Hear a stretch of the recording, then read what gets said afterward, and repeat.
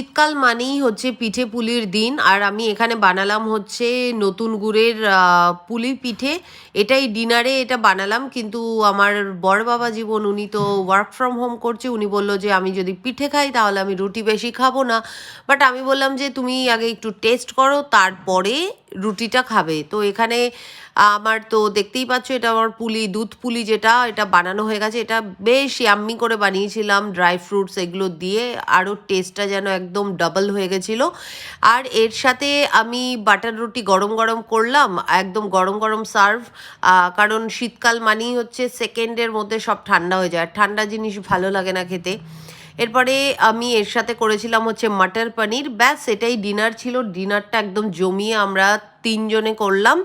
আর তোমাদের কেমন লাগলো ভিডিওটা প্লিজ কমেন্ট করে জানিও। যদি ভালো লেগে থাকে তাহলে প্লিজ লাইক করে দিও। আর পারলে চ্যানেলটা আমার সাবস্ক্রাইব করে দিও। Bye bye. See you in next video.